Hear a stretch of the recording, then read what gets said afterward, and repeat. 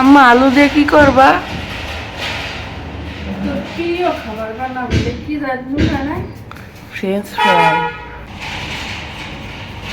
এটা আমি সেদ্ধ করবো লবণ দিয়ে, সেদ্ধ হয়ে না এরপরে শুকাবো, এরপরে এটা খাওয়া কষ্ট আছে। আজকে বেশি করে বানাবা? 5টা বানাবেন একসাথে। পানি জাল উঠে গেছে, পানির ভিতরে আলু দিয়ে হালকা সেদ্ধ করবো, লবণ দিয়ে দিচ্ছি।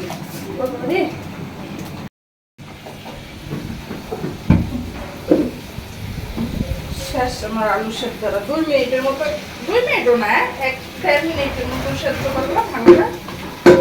এটার পানিটা জড়াই তারপরে রোদ্রে না হইলো 5 মিনিট ধরে সেদ্ধ করছে, হইলো 1.5 মিনিট।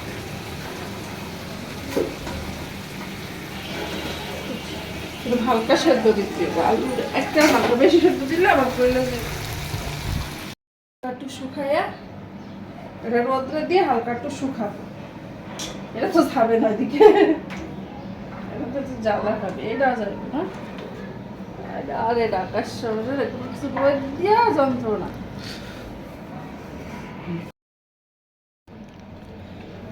এটা যে শুকানো হয়ে গেছে সেদ্ধ করে, তারপরে যে শুকাইলাম পানিটা, কার পানিটা টানে লাইছি রোদ্রে দিয়ে, ফ্যানের তলে দিলে হয় কিন্তু রোদ্রে দিয়ে যে হালকা হালকা শুকাই লাইছি। এখন যে হালকা একটু লবণ দিয়ে আর দিয়ে ওই যে কি জানি একটু শুকনো মরিচের গুঁড়া দিয়ে এরপরে ভাজবো। এই তোমার ফুলার ফেরাই দিয়েছে। এই একটা বক্স কিনলে কতগুলো টাকা নেয়, 1 কেজি আলু দিয়ে কত বানানো যায়। এটা কয়টা আলু কাটছো?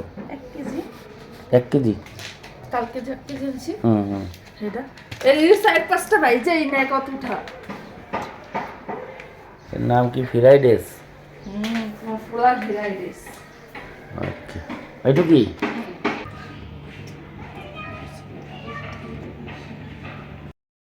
লবণ হল এই দিই, মরিচের গুঁড়া দিই।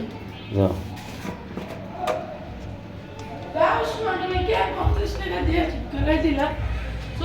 তোরা বেটায় কোনায় নামাই দিয়েছিল নাকি? কে তুই কোনায় নামছিস কে? মানে একবার ঘুরে নামাই দিয়েছে। ঘুরে বসে থাকবো না। ঘুরে নাম্বার একা গেলে ঘুরে এসে নাম্বার। ওই বেটারে তো নই করছি।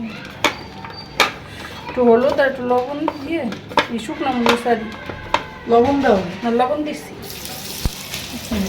বেশি দিয়ে দিস না তো, দিস না তাহলে কিন্তু আর ইয়ে হইব না, মাছ মাছ হইব না, তেল কম না।